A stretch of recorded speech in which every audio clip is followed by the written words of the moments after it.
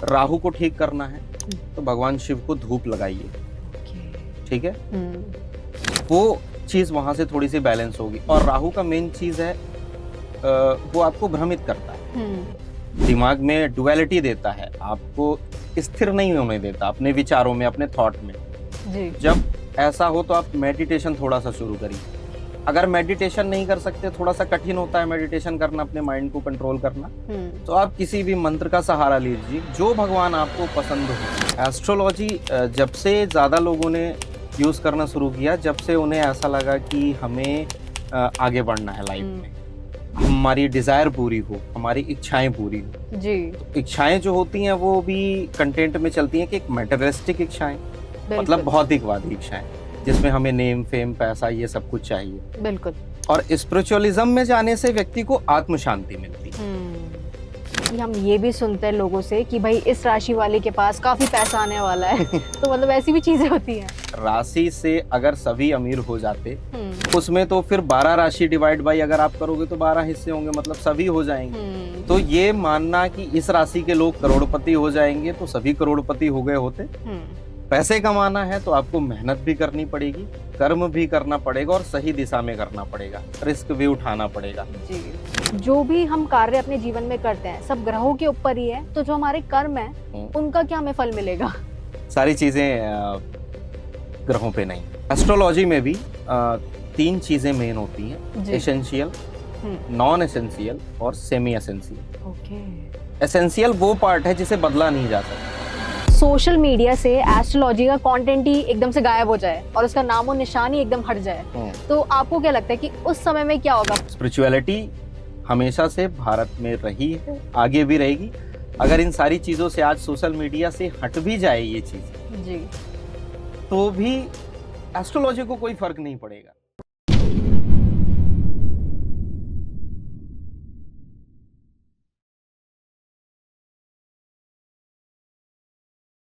क्या आप भी लाइफ के किसी फेज में फंस गए हो? रिलेशनशिप इश्यूज हो या फैमिली प्रेशर, करियर कंफ्यूजन या हेल्थ स्ट्रगल्स, मेंटल ब्रेकडाउन्स हो या मनी स्ट्रेस, टीवीटी है आपके साथ एक ऐसी जगह जहां पर आपको गाइडेंस मिलेगी बिना किसी फिल्टर के। चाहे आपको चाहिए क्लैरिटी, हीलिंग या सही डायरेक्शन, तो हमसे जुड़िए, हमें डीएम कीजिए या फिर हमें व्हाट्सएप कीजिए 8448801064 पर।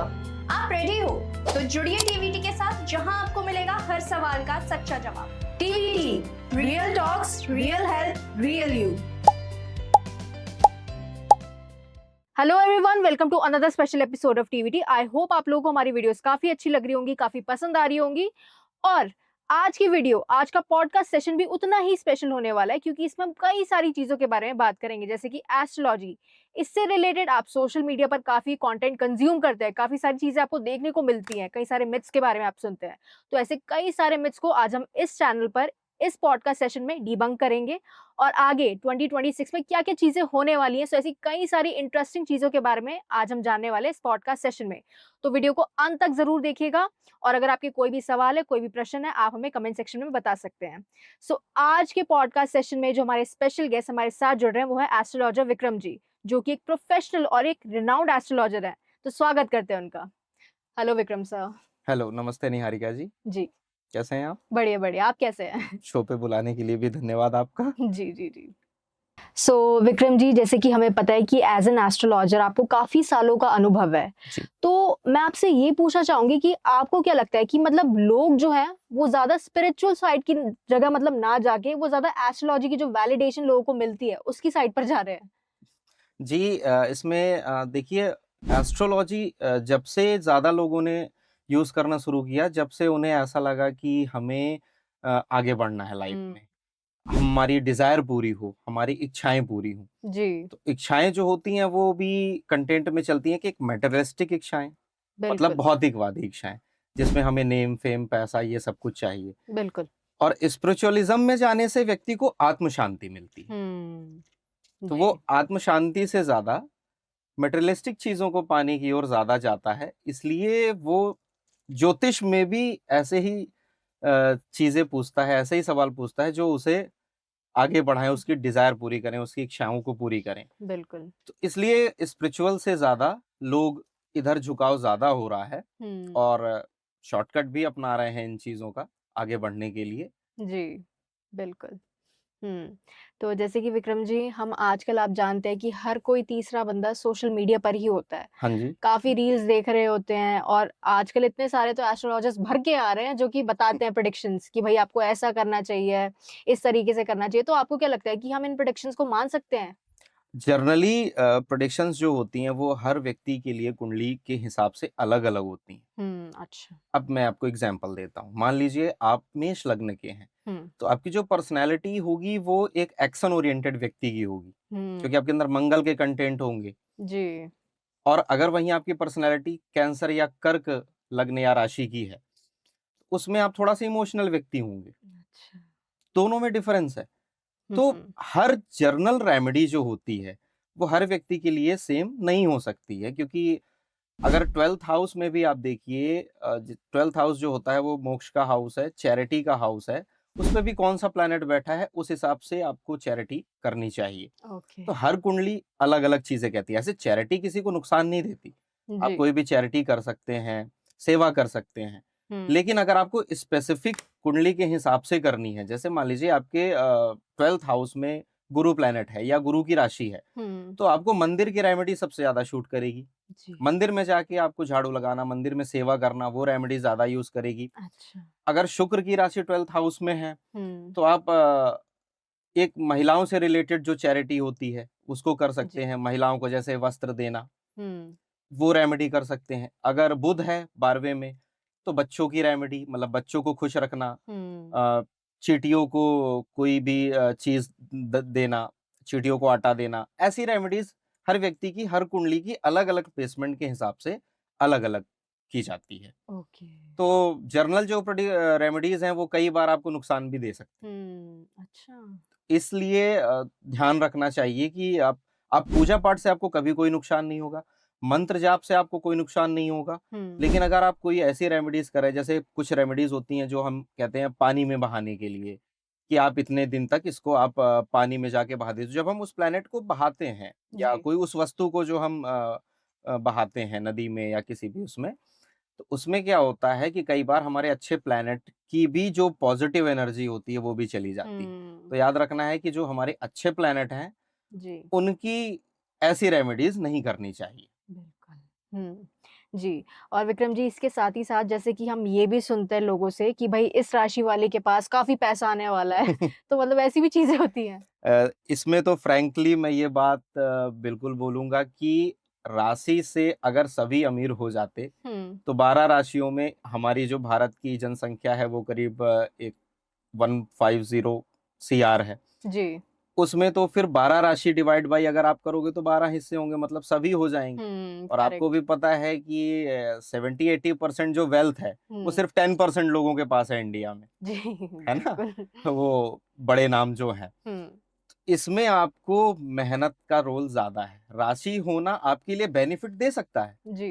लेकिन इससे ज़्यादा इम्पोर्टेंट है कि आपकी कुंडली में प्रेडिक्शन कैसी है। हुँ, मान लीजिए आपकी कुंडली का जो 10th हाउस है, वो हाँ जी। आपके प्रोफ़ेशन का है। हुँ, अगर उसके हाउस का लॉर्ड अगर आपकी कुंडली में एक अच्छा बैठा हुआ है, हाँ जी। वो आपको फ़ेवर दे रहा है, हुँ, तो वो चीज़ आपके प्रोफ़ेशन में हेल्प करेगी। हुँ, अब मान लीजिए आपकी राशि है वृश्चिक, जी। ठीक है? अब देखिए वृश्चिक राशि, अब वृश्चिक राशि में चंद्रमा नीच का होता है, हुँ, तो जी। कई बार उसमें चंद्रमा के अच्छे रिज़ल्ट उस राशि में देखे नहीं जाते हैं। हुँ, लेकिन अगर व्यक्ति उसको कंट्रोल करे, उसको समझ के चले, तो वो उससे अच्छे रिज़ल्ट ले सकता है। बिल्कुल। तो ये मानना कि इस राशि के लोग करोड़पति हो जाएँगे, तो सभी करोड़पति हो गए होते। हुँ, पैसे कमाना है तो आपको मेहनत भी करनी पड़ेगी, कर्म भी करना पड़ेगा और सही दिशा में करना पड़ेगा, रिस्क भी उठाना पड़ेगा। जी। आप मुझे एक भी व्यक्ति का नाम बताइए जो हुँ, जॉब करके अमीर बना हो, बिल्कुल। नहीं है ना? सारे बिज़नेसमैन हैं। जी। तो लोग क्या है आज के डेट में हमारा जो मध्यम वर्गीय परिवार है, मिडिल क्लास फैमिली है, हुँ, उसके डिज़ायर तो बहुत ज़्यादा है, बट हुँ, वो रिस्क नहीं उठाना चाहते हैं। वो बिल्कुल। ये चाहते हैं 9 टू 5 की जॉब हो जी।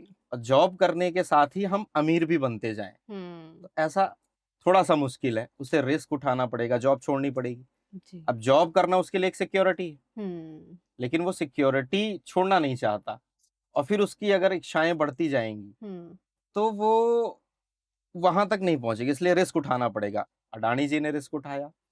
आप सारे बिजनेसमैन को देखिए, कुछ दिनों बाद वो मार्केट को समझ के वो उसको अप्लाई करते हैं, इन्वेस्टर ढूंढते हैं, और ये सारी चीजें करने से अमीर बनते हैं। तो बिल्कुल। कोई राशि वाले कभी ऐसा कि आप एक रैंडम प्रेडिक्शन दे दीजिए कि ये राशि है तो आप अमीर बन गए, ऐसा नहीं हो सकता, जी पॉसिबल ही नहीं है। इस बिल्कुल। चीज के तो मैं पक्ष में नहीं हूँ कि कोई भी राशि है आपकी तो आप सीधे अमीर बन जाएंगे। करेक्ट। और विक्रम जी, एक ऑडियंस का ऐसा इशू है जो कि मैं यहाँ पे आपके साथ एड्रेस करना चाहूंगी। देखिए, जैसे कि मैंने आपको पहले बताया कि हर कोई आजकल सोशल मीडिया चला रहा है, हाँ जी। और ऐसे बहुत सारे लोग होते हैं, मतलब ऐसे कई सारे लोग हो जाए तो जाल में फंस जाते हैं, जो फेक एस्ट्रोलॉजर्स होते हैं उनके। जैसे कि आपने देखा होगा कि पैसे ले लेते हैं पर काम नहीं करते हैं, मतलब धोखाधड़ी हो जाती है उनके साथ। तो उस समय में मतलब उन्हें पता कैसे चलेगा कि वो एक सच्चे एस्ट्रोलॉजर के पास जा रहे हैं? इसके लिए आपको खुद, मैं तो ये कहूंगा कि स्वयं व्यक्ति को थोड़ा सा अवेयरनेस होनी चाहिए कि आप एस्ट्रोलॉजर से ये सवाल पूछे कि आपने अगर हमें ये प्रिडिक्शन दी है तो ये किस बेस पे दी है और क्यों दी है। ओके। है ना? अगर एस्ट्रोलॉजर आपको जवाब दे दे रहे हैं जी तो फिर आप उसको थोड़ा सा मैच करके खुद से भी देखिए, क्योंकि आजकल गूगल और सारे प्लेटफॉर्म्स पे आपको जर्नल चीजें मिल जाएंगी आसानी से। जी उसके बाद आप उसे मैच करिए, और रेमेडीज ऐसी होती हैं जो आपको खुद को काम करती हैं। मैं आपको कुछ ऐसे नॉर्मल रेमेडीज बताता हूँ। जी। राहु को ठीक करना है हम्म, तो भगवान शिव को धूप लगाइए। ओके। ठीक है, हम्म। सिंपल रेमेडी है, इसमें किसी का कोई नुकसान नहीं है। आप जी। शिव मंदिर जाइए, भगवान शिव को धूप लगाइए, क्योंकि राहु धुएं का प्रतीक है। जी। वो चीज वहां से थोड़ी सी बैलेंस होगी। और राहु का मेन चीज है, वो आपको भ्रमित करता है, दिमाग में डुअलिटी देता है, आपको स्थिर नहीं होने देता अपने विचारों में, अपने थॉट में। जी। तो जब ऐसा हो तो आप मेडिटेशन थोड़ा सा शुरू करिए। अगर मेडिटेशन नहीं कर सकते, थोड़ा सा कठिन होता है मेडिटेशन करना, अपने माइंड को कंट्रोल करना, तो आप किसी भी मंत्र का सहारा लीजिए जो भगवान आपको पसंद हो। जी जी। चाहे हनुमान जी पसंद हो, राम जी पसंद हो, कृष्ण जी पसंद हो, उनका एक कोई भी बीज मंत्र या उनका नाम जप, आप कुछ भी करना शुरू कर दीजिए। धीरे धीरे आपका माइंड अपने आप स्टेबल होगा। जी। और अगर कोई आपको ये रेमेडीज बताता है कि बहुत ज्यादा पैसे खर्च करने के बाद ही आप सक्सेस हो पाएंगे, हाँ जी। तो आप पहले ये कर लें, उसके बाद ये देख लें। मेरे एक क्लाइंट थे, उन्होंने मुझे ये चीज बताई थी जो आपने प्रश्न पूछा। जी। तो उन्होंने बताया कि उनके एस्ट्रोलॉजर ने उन्हें करीब 80,000 रुपए की प्रेडिक्शंस बताई थी। ओके। 80,000। और उस समय उनके पास जॉबलेस थे, वो उनके पास जॉब नहीं थी। जी। तो वो उन्होंने मुझसे कंसल्टेशन ली। मैंने कंसल्टेशन में उनको कुछ मंत्र रेमेडीज के उसमें बताए थे। जी। उसके बाद उनका काम हुआ, उनकी जॉब लगी, और आज भी वो अच्छी जॉब में कर रहे हैं, अच्छे पैकेज पे हैं। वाह। ऐसे कई इंसिडेंट हैं, अच्छा। जिसमें एक इंसिडेंट ऐसा था कि एक व्यक्ति आए मेरे पास, उन्होंने बोला कि पंडित जी ने ये कहा है कि हमारे बेटे की कुंडली में मृत्यु योग है, अच्छा। तो अगर आपने ये पूजा नहीं करवाई तो ये सीधे सीधे इसकी मृत्यु हो सकती है, फिर हमें आप मत कहिएगा। अब वो डर के मारे मेरे पास आए थे। बिल्कुल। मैंने कुंडली देखी, मैंने कहा ऐसा कोई डरने की बात नहीं है, आप निश्चिंत रहिए, और थोड़ी बहुत रेमेडीज उनको बता दी थी। जी जी जी जी। होता क्या है कि इसमें मेन होता है डरा के बिजनेस करना। बिल्कुल। मैं ये चाहता हूँ कि लोग डरे ना, जी। समझ के एस्ट्रोलॉजी पे बिलीव करें। आप जी। जितना समझेंगे उतना आपको कोई भी ऐसा व्यक्ति डरा नहीं पाएगा। और राहु केतु शनि, ये पूरा इन्हीं के दम पे मैं ये कहूँ कि एस्ट्रोलॉजी इंडस्ट्री चल रही है। अगर ये ना हो कुंडली में तो शायद कोई हमारे पास आएगा भी नहीं। बिल्कुल सही बात है। इस चीज में ज्यादा ध्यान रखना चाहिए, और आप खुद अवेयर हो, ये ज्यादा अच्छा है। आप जब तक किसी से कंसल्टेशन लेंगे नहीं, बात करेंगे नहीं, तो आपको ये नहीं पता होगा कि ये कैसा एस्ट्रोलॉजर है। और एस्ट्रोलॉजर वही अच्छा जो खुद ईश्वर के मार्ग पे आपको ले जाए, जी। कहीं ना कहीं एक स्पिरिचुअलिज्म आपके अंदर वो लाता है। जी। वो सिर्फ आपको ये रेमेडीज नहीं देगा कि आप ये कर लीजिए तो ऐसा होगा, आप इतने पैसे खर्च करिए तभी आपका काम होगा। कुछ चीजें होती हैं जिसमें आपको थोड़ा सा, जैसे आप कुछ दोष हैं और उस दोष की पूजा वहीं जगह पे ही जाके करवाना सबसे अच्छा होता है। हाँ जी। हाँ जी। इसी से मैं आपको बताऊं, कालसर्प दोष की बात आई थी। बिल्कुल। तो मुझसे एक व्यक्ति ने कहा कि कालसर्प दोष के लिए ज्यादा अमाउंट उन्होंने मांगी थी, ज्यादा खर्च करने के लिए। तो मैंने उनको सिंपल बोला था, आप नासिक या उज्जैन, इन्हीं 2 जगहों पे जाके पूजा करा के आ जाइए। अच्छा। क्योंकि नासिक का कारण है, नासिक में गौतम ऋषि की एक कहानी है जिसमें उनको श्राप मुक्ति के लिए उन्होंने वहां तपस्या करी थी। तो वो जो भूमि है नासिक की, वो पवित्र है, और उज्जैन हमारे महाकाल, जी बिल्कुल।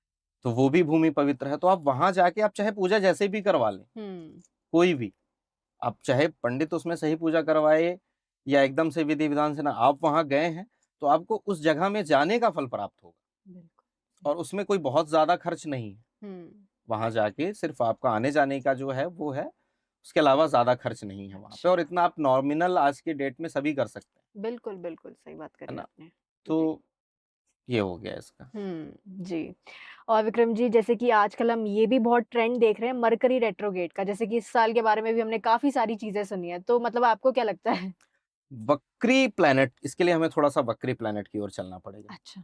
कोई भी प्लैनेट जब वक्री होता है जी। तो या तो वो अच्छा फल देगा या वो बुरा फल देगा। अब डिपेंड आपकी कुंडली पे ये करेगा कि वो आपकी कुंडली में प्लेसमेंट उस ग्रह की, प्लैनेट की कैसी है। अगर जैसे आपने कहा मरकरी रेट्रोग्रेड है, जी। जिस व्यक्ति की कुंडली में मरकरी रेट्रोग्रेड होगा वो व्यक्ति बातूनी जरूर होगा। अच्छा। वो बातें ज्यादा करेगा, मतलब जितना होगा उससे ज्यादा की बातें करेगा। मतलब आप उसे बड़बोला कह लीजिए या फिर ऐसा कह लीजिए कि उसके अंदर एक बचपना दिखेगा। हाँ जी। उसकी बातों में एक मैच्योरिटी लेवल थोड़ा सा, क्योंकि बुध जो है वो राजकुमार प्लैनेट, तो जब बुध वक्री है इसका मतलब उसके पास चेष्टा बल ज्यादा है। 6 प्रकार के बलों में उसे चेष्टा बल मिल जाता है। और अगर वो कुंडली में अच्छा होके बैठा है जी, तो वही वक्री बुध आपको बहुत अच्छे रिजल्ट भी देगा। अच्छा। तो डिपेंड ये करता है कि आपकी पर्सनल कुंडली में वो कैसा बैठा हुआ है, तो वो चीज आपको दे देगा रिजल्ट। बिल्कुल बिल्कुल। अब ये कहा जाए कि वक्री हो गया है इस साल बुध या गुरु या शनि और वो आपको नेगेटिव रिजल्ट देगा, तो वो आपको पर्सनली उतना नेगेटिव रिजल्ट नहीं देगा। हाँ, आपकी कुंडली में अगर कमजोर है और फिर अगर गोचर में ऐसा हुआ जी, तो वो उसके इफेक्ट को बढ़ा देगा। ओके। बट वो पूरी तरह से आपकी कुंडली को फेल नहीं कर सकता गोचर का प्लैनेट। जी, गोचर भी आप देखते हैं, आप पर्सनल कुंडली भी एनालाइज करते हैं, तब जाके आप किसी प्रेडिक्शन पे आते हैं। बिल्कुल, बहुत बढ़िया। और विक्रम जी, मैं आपसे एक हमारी ऑडियंस का सवाल भी पूछना चाहूंगी। हाँ। तो उनका प्रश्न ये था कि अगर हम ग्रहों के बारे में बात करते हैं, जो ग्रह नक्षत्र होते हैं, अगर जो भी हम कार्य अपने जीवन में करते हैं सब ग्रहों के ऊपर ही है, तो जो हमारे कर्म है उनका क्या हमें फल मिलेगा? सारी चीजें ग्रहों पे नहीं है। एस्ट्रोलॉजी में भी 3 चीजें मेन होती हैं, एसेंशियल, नॉन एसेंशियल और सेमी एसेंशियल। ओके। एसेंशियल वो पार्ट है जिसे बदला नहीं जा सकता। अच्छा। मतलब भारत देश जहां है वहीं है, अब बिल्कुल। उसे आप बदल नहीं सकते। करेक्ट। जो हो रहा है वो हो रहा है, ठीक है। सूर्य उगता है, ये एसेंशियल है। चंद्रमा, सूर्य, तारे, ग्रह, नक्षत्र, ये सब एसेंशियल में। अब इस पे कोई बदलाव नहीं कर सकते। बिल्कुल। एक होता है नॉन एसेंशियल, जिसपे आप बदलाव कर सकते हैं जी। सिंपली। और एक होता है सेमी एसेंशियल, अगर आपको पता चल गया तो आप बदलाव कर सकते हैं। जी जी। जैसे आपको पता चल गया कि आपको मलेरिया हुआ है, हाँ जी। आप डॉक्टर के पास गए, उसने आपको दवाई दी, आपने दवाई खाई और आप ठीक हो गए। अगर आप डॉक्टर के पास ना जाते, जी, वो दवाई नहीं खाते, तो क्या आपका मलेरिया ठीक होता? बिल्कुल नहीं। नहीं होता। 10, 20, 50 साल पहले से हमारे मेडिकल साइंस ने कितनी तरक्की की। शायद पहले लोग आम बीमारियों से एक्सपायर हो जाते थे, लेकिन आज की डेट में मेडिकल साइंस ने इतनी तरक्की की है कि वो चीज हमारी जान बच जाती है। तो यहाँ पे ये जो है वो सेमी एसेंशियल वाला पार्ट है। बिल्कुल। जी जी। तो कुछ चीजें बदली जा सकती हैं, कुछ चीजें नहीं बदली जा सकती, और कुछ चीजें जो हैं वो फिक्स हैं। सूर्य उगेगा, वहीं से उगेगा, इसे आप नहीं बदल सकते। और इसमें भी 2 चीजें हैं हमारा, इसमें थोड़ा सा हम आध्यात्म की ओर चलते हैं तब ये चीजें समझ में आएंगी। जी। क्या होता है कि कुछ कर्म हमारे ऐसे हैं जिसको हम अभी कर रहे हैं जी। लेकिन उन कर्मों का जो रिफ्लेक्शन है, जो उसका फल है, वो हो सकता है कि आप एक जन्म में जो आपकी 50-60 साल की लाइफ है वो आप पूरा ही ना कर पाओ। मतलब आप उसका जो रिजल्ट है वो उससे कर ही ना पाओ। जी जी जी। इसलिए कुछ चीजें आपकी अगले जन्म की ओर ट्रांसफर की जाती हैं। मतलब आपके ही कर्म ट्रांसफर होते हैं। और इसमें भी 3 पार्ट है, कर्म में भी। अच्छा। प्रारब्ध कर्म, संचित कर्म और क्रियामान कर्म। क्रियामान कर्म जो हम रेगुलर कर रहे हैं, अभी वो चल रहा है इस जन्म में हमारे साथ जी। प्रारब्ध कर्म वो कर्म है जो हम करके आए हैं, और करके आने के बाद वो हमारे कारण शरीर में हर साल संस्कार के रूप में जमा होता है जी। और हमारे जन्म बाई जन्म वो आगे बढ़ता है। जैसे आप एक पानी कहीं जमीन पे गिरा दें और वो पानी सूख जाए और आप दोबारा उस पे पानी डालेंगे तो वो पानी उसी रास्ते पे फ्लो होगा जहां पे पहले पानी फ्लो हुआ है। ऐसा ही हमारे कर्मों के सिद्धांत में भी है। और प्रारब्ध कर्म है उसको आप बदल नहीं सकते हैं, बहुत मुश्किल होती है। ईश्वर की कृपा हो तो ही वो प्रारब्ध कर्म बदलते हैं जी। इसमें एस्ट्रोलॉजी में आपको मैं मार्कंडेय ऋषि की एक कहानी बताता हूँ। बिल्कुल बिल्कुल। मार्कंडेय ऋषि का जब जन्म हुआ था तो उनकी जब कुंडली बनाई गई तो उसमें ये आया कि इनकी अल्प आयु है। अच्छा। के पिता को शायद पता था। उन्होंने बोला कि आप साधु संतों का आशीर्वाद लेना है सुबह नदी के किनारे, क्योंकि सारे साधु संत नदी स्नान करने जाते थे। उन्हें वहां पे भेजा गया और वो सभी का आशीर्वाद लेते थे। तो एक ऋषि ने उनको आशीर्वाद दे दिया आयुष्मान भव। अच्छा। अब ये हुआ कि आयुष्मान भव पर कुंडली में तो अल्पायु हो गए, तो ऋषि ने कहा मेरा श्राप विफल नहीं जाएगा। फिर उन्होंने उनको साधना बताई। उन्होंने फिर महामृत्युंजय मंत्र की रचना भी करी मार्कंडेय ऋषि जी का जी। और उस मंत्र के प्रभाव से भगवान शिव प्रसन्न हुए और अपनी आयु उन्होंने मार्कंडेय ऋषि को दी। तो यहाँ पे तो प्रारब्ध बदला, यहाँ पे तो बदलाव हुआ। बिल्कुल। राजा दशरथ उन्हें भी श्राप था कि पुत्र नहीं होंगे जी। नहीं, उनको श्राप था क्योंकि उन्होंने एक घटना हुई थी जिन्होंने श्रवण कुमार को उन्होंने बाण से मार दिया था। उनके पिता ने श्राप दिया था। अच्छा। लेकिन वशिष्ठ ऋषि ने यज्ञ किया और यज्ञ करके फिर वो कहानी आपको पता होगी कि कुछ खीर दी थी जो कौशल्या माता, सुमित्रा और कैकेयी माता ने खाई थी। उसके बाद उन्हें पुत्र हुआ था। तो हमारे इसमें शास्त्रों में ही प्रारब्ध और पुरुषार्थ दो चीजें चलती हैं। बिल्कुल बिल्कुल। अगर प्रारब्ध बली है तो फिर आपके कर्म यानी पुरुषार्थ काम नहीं आएगा, और अगर पुरुषार्थ बली है तो फिर वो प्रारब्ध को भी काट सकता है। बिल्कुल, बहुत बढ़िया। तो विक्रम जी, अब मैं आपसे ये पूछना चाहूंगी कि मान लीजिए सोशल मीडिया से एस्ट्रोलॉजी का कंटेंट ही एकदम से गायब हो जाए और उसका नामो निशान ही एकदम हट जाए, तो आपको क्या लगता है कि उस समय में क्या होगा? मतलब सब लोग इसके बारे में भूल ही जाएंगे एस्ट्रोलॉजी के बारे में? देखिए, आजकल तो वैसे तो हर चीजें सोशल मीडिया पे आ चुकी है।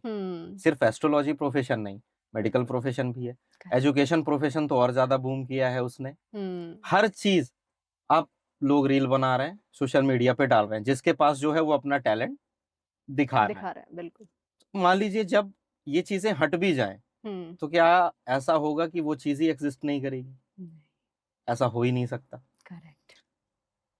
अब इसके लिए हम थोड़ा सा एंशिएंट की ओर चलते हैं। बिल्कुल। ऐसा कहा जाता है कि हमारी जो सभ्यता है जी, वो मोहनजोदड़ो और हड़प्पा सभ्यता जो ईसा पूर्व पहले थी, अब वो खत्म हो गई और वो बहुत उन्नत थी। जी। वहाँ की जो इंफ्रास्ट्रक्चर है वो बहुत वेल मैनेज्ड थे। उस सभ्यता में कुछ बंदरगाह थे, लोथल या और ऐसे, वहां पे लाजवर्त जो हम आजकल यूज करते हैं, जेम्स स्टोन, गोमेद, उनके इंपोर्ट एक्सपोर्ट का चीजें मिली जी। ठीक है। तो ये बात है 2500 ईसा पूर्व, मतलब 2000 साल ये, और 2500 साल मतलब 4500 ईयर्स और ज्यादा उससे पुराने। तो तब भी खत्म नहीं हुई। आज चीजें भी चल रही हैं। बिल्कुल। थोड़ा और पहले चले जाते हैं, जो सुमेरियन सभ्यता थी। हाँ जी। सुमेर की सभ्यता सुनी होगी। जी। सुमेरियन सभ्यता की हड्डी के अवशेषों में एस्ट्रोलॉजी और नक्षत्रों का वर्णन मिला है। अच्छा। और वो ईसा पूर्व 25,000 साल पहले की सभ्यता तो इंडिया से वहां गई। उसके पहले ऋग्वेद में भी वर्णन है, क्योंकि वेदों में जो वेदों का अंग कहा गया है वो सबसे पहला ज्योतिष। हाँ जी। ज्योतिष, निरुक्त, छंद, व्याकरण, ये सारी चीजों में सबसे ज्योतिष भी है उसमें। जी। तो ये एंशिएंट टाइम्स और उसके प्रूफ भी मिल रहे हैं। अच्छा। पहले नहीं थे, अब वो चीजें प्रूफ हो रही हैं ग्रह नक्षत्रों के हिसाब से। बहुत सारे लोग हैं जिन्होंने इस चीज पे स्टडी भी की है। जी। एक जिजेविस्की करके रूसी दार्शनिक थे। अच्छा। वो कहते थे कि रूस की क्रांति, या जब सूर्य में क्या होता है, हर 11 साल में एक आणविक विस्फोट होता है, अच्छा। और जब वो विस्फोट होता है तो यहाँ पृथ्वी पे युद्ध की स्थितियां बनती हैं, अराजकता की स्थितियां बनती हैं। जी। तब उन्होंने ये चीज कही थी रूस की क्रांति के टाइम पे 1920 में। अब 1920 में बोला था तो स्टालिन ने उनको जेल में डाल दिया था, अच्छा। क्योंकि इस विवाद बाद से और जो कम्युनिस्ट विचारधारा, समाजवादी विचारधारा है, ये कहेंगे कि हम लड़ाई तो यहाँ पृथ्वी पे कर रहे हैं, असर सूर्य का क्यों हो रहा है। करेक्ट। तब भी थी। उसके बाद कॉपरनिकस ने बोला था कि जी। पृथ्वी नहीं घूम रही है, सूर्य फिक्स है, पृथ्वी घूम रही है। पहले तो ये थी कि सूर्य पूर्व से निकल रहा है, पश्चिम की ओर जा रहा है। फिर कॉपरनिकस ने बोला जी। कि पृथ्वी घूम रही है, सूर्य फिक्स है। उनको जेल में डाल दिया। तब भी एस्ट्रोलॉजी नहीं रुकी। करेक्ट। आगे चल के भी कॉस्मिक केमिस्ट्री नाम की चीजें आई, वो विषय आगे बढ़ा, तो ये निरंतर बढ़ता रहा है। जी। हाँ, एक चीज ये अच्छी हो गई है आज के समय में कि ये मिडिल क्लास तक पहुंच चुकी है। बिल्कुल। मिडिल क्लास वर्ग का व्यक्ति भी अब एस्ट्रोलॉजी पे बिलीव करके इसकी चीजों को यूज कर रहा है। वरना थोड़ा समय पहले अपर वर्ग जो था वो इन चीजों पे बिलीव करता था। एक कहते हैं कि millionaire does not believe but billionaire believes. आप स्टीव जॉब्स को देखिए, जी। भारत आए, नीम करौली धाम गए। स्पिरिचुअलिटी हमेशा से भारत में रही है, आगे भी रहेगी। अगर इन सारी चीजों से आज सोशल मीडिया से हट भी जाए ये चीजें, जी। तो भी एस्ट्रोलॉजी को कोई फर्क नहीं पड़ेगा। मैंने 2011 से एस्ट्रोलॉजी शुरू की, तब ये सोशल मीडिया नहीं था, जी। फिर भी चल रही है। बिल्कुल। तो बस लेवल अलग अलग होता है उस टाइम पे कि आप कैसे कम्युनिकेट करते हैं। करेक्ट। मोबाइल फोन आज तो है आपके पास, जी। लेकिन 100 साल 150 साल पहले नहीं था। बट क्या वो तरंगे नहीं थी? जो वाइब्स चलती हैं, जो इंटरनेट की हैं, वाईफाई की हैं, जी। तरंगे थी, बस हमारे पास इक्विपमेंट नहीं थे। करेक्ट। तो जैसे जैसे इक्विपमेंट बढ़ते गए वो चीजें बढ़ती गई। अब आज दौर आ गया कि सोशल मीडिया सबके हाथ में है, मोबाइल फोन, सोशल मीडिया, बिल्कुल। तो वो चीजें आसान हो गई हैं, ये कह सकते हैं। बट अगर सोशल मीडिया से ये सारे कंटेंट अगर गायब भी हो जाए तो भी खत्म नहीं होंगी खत्म चीजें, नहीं चाहे वो किसी भी फील्ड की हो। बिल्कुल। एस्ट्रोलॉजी भी वैसे ही एक फील्ड है। तो विक्रम जी, मेरा नेक्स्ट क्वेश्चन आपसे है कि कई सारे लोगों के सवाल होते हैं कि जो एस्ट्रोलॉजी है और मेडिकल साइंस है, ये दोनों इंटर रिलेटेड हो सकते हैं क्या? जो मेडिकल साइंस है और जो हमारी कुंडली एनालिसिस है, उसमें आप कई चीजें देख सकते हैं। जैसे कुंडली में 6, 8, 12 जी। ये जो कुंडली के हाउसेस होते हैं, इस पे जो राशि होती है या जो प्लैनेट होते हैं, व्यक्ति को उससे रिलेटेड बीमारियां होती हैं। जी। लाइक अगर शुक्र आपका 6 या 12 में हो तो पॉसिबिलिटी ज्यादा है कि आपको पैंक्रियाज से रिलेटेड कोई भी बीमारी, या शुगर, या स्किन भी हो सकती है। तो ये बीमारी होती है। अगर गुरु है, अगर वो थोड़ा सा खराब है जी। तो वो आपको पेट की संबंधी समस्याएं दे सकता है, मोटापा, कोलेस्ट्रॉल की बीमारियां दे सकता है। तो अगर शनि है तो वो आपको थायराइड की प्रॉब्लम या कमर दर्द, पैर दर्द, या ऐसी अलग अलग जो भी बीमारियां। चंद्रमा अगर है हाँ जी। तो आपको साइनस की प्रॉब्लम, बार बार सर्दी जुकाम होना, या आपको अस्थमा की दिक्कत, या ब्लड से रिलेटेड कोई प्रॉब्लम, ये बीमारियां आपको हो सकती हैं। 6, 8, 12 कुंडली के ज्यादा बीमारियों के लिए देखे जाते हैं। इस चीज की स्टडी के लिए तो हमारी ज्योतिष में तो जो चीजें दी हुई हैं, इसके अलावा प्रोफेसर ब्राउन, हाँ जी, एक व्यक्ति हैं जिन्होंने इसकी स्टडी करी थी। उन्होंने क्या किया कि सेम लोगों को, सेम प्रोफेशन के लोगों को रखा, अच्छा, देखने के लिए कि क्या वास्तव में एस्ट्रोलॉजी काम कर रही है कि नहीं कर रही है। तो उन्होंने देखा, जैसे मिलिट्री ऑफिसर्स की कुंडलियां ली, सब में मंगल का उन्होंने रोल पाया, सेम ग्रह नक्षत्र, सेम स्थितियां। जी। भास्कराचार्य ऋषि थे हमारे, उन्होंने लीलावती ग्रंथ लिखा था, ग्रह गणित पुस्तक लिखी थी। उसमें उन्होंने सूर्य ग्रहण, चंद्र ग्रहण की कैसे निकाला जाता है, वो चीजें भी बताई थी 1100 ईस्वी में, जी। काफी पहले।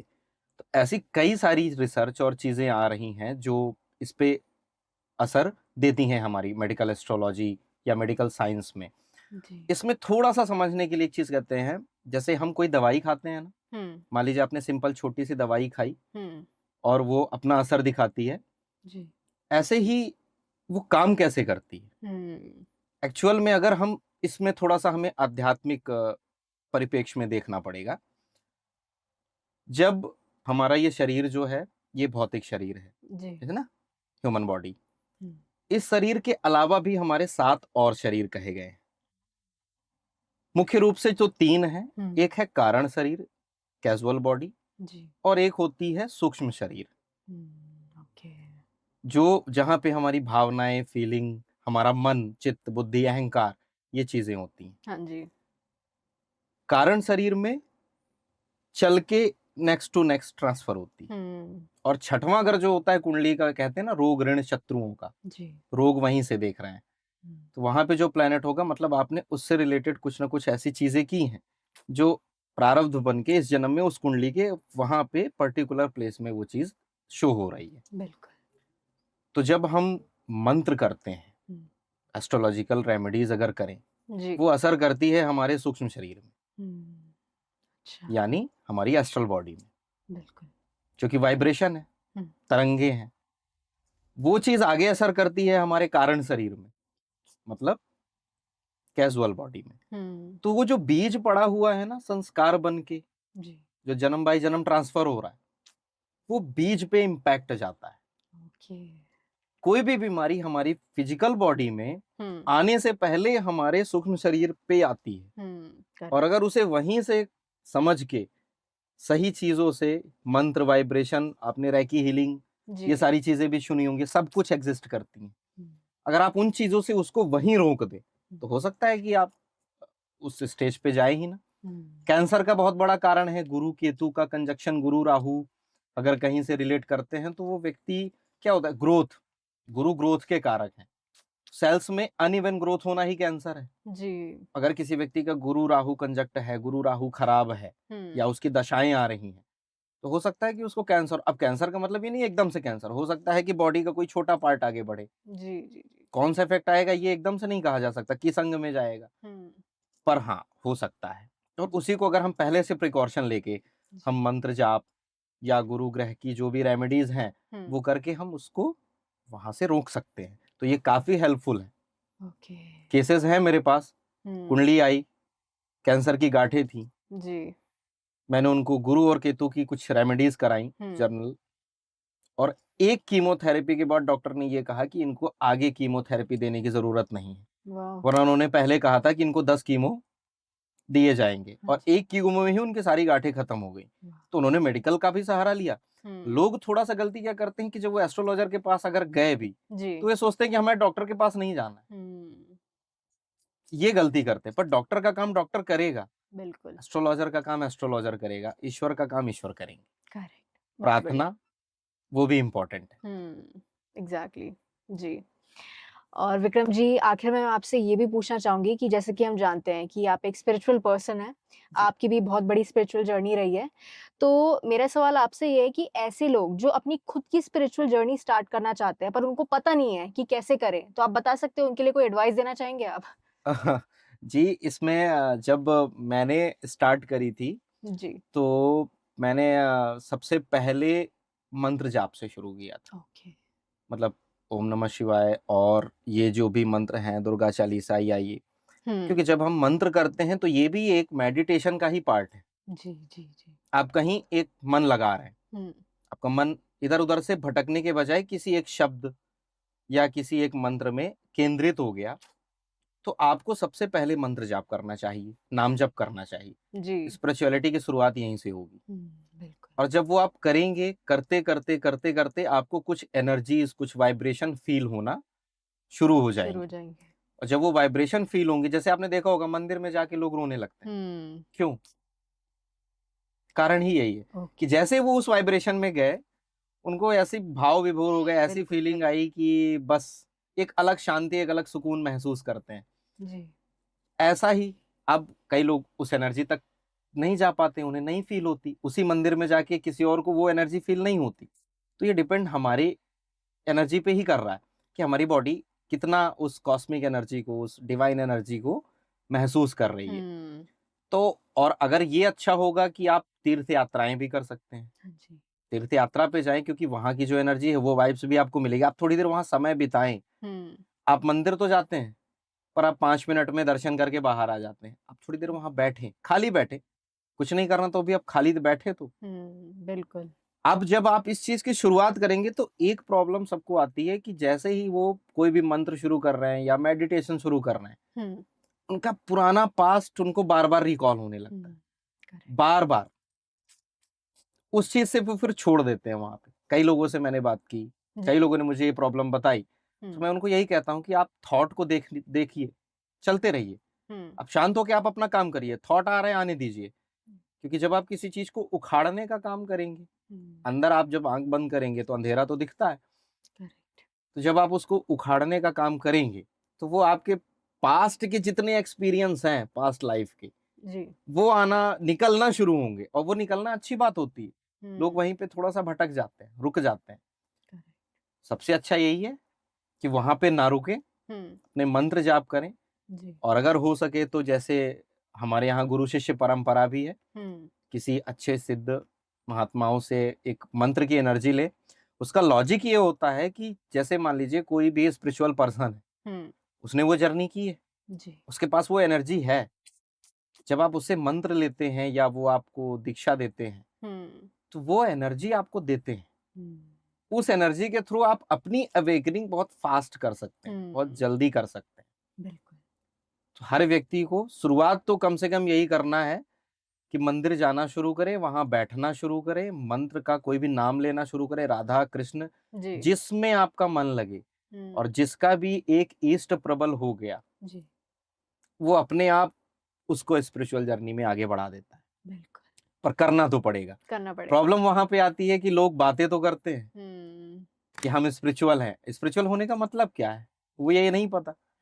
वो सोचते हैं कि हमने अगरबत्ती लगा दी, हमने घर पे पूजा कर दी, हम मंदिर चले गए, हम स्पिरिचुअल हैं। स्पिरिचुअलिटी अलग है, ये धर्म है। बिल्कुल करेक्ट, ये धर्म है। अगर आप मंदिर जा रहे हैं तो आप धार्मिक व्यक्ति हैं जी।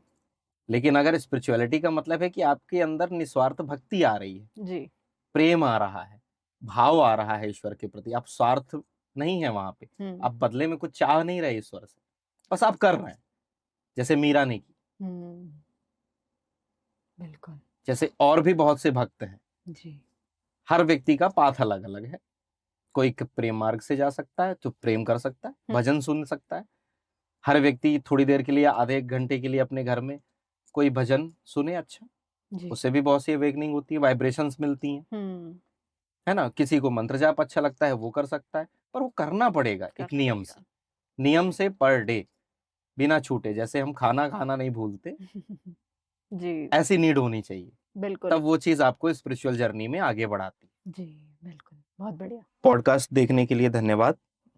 अगर आप मुझसे जुड़ना चाहते हैं या कोई भी आपकी क्वेरीज हैं या सवाल हैं तो आप मुझसे कांटेक्ट कर सकते हैं, जो कि स्क्रीन पे दिया गया है।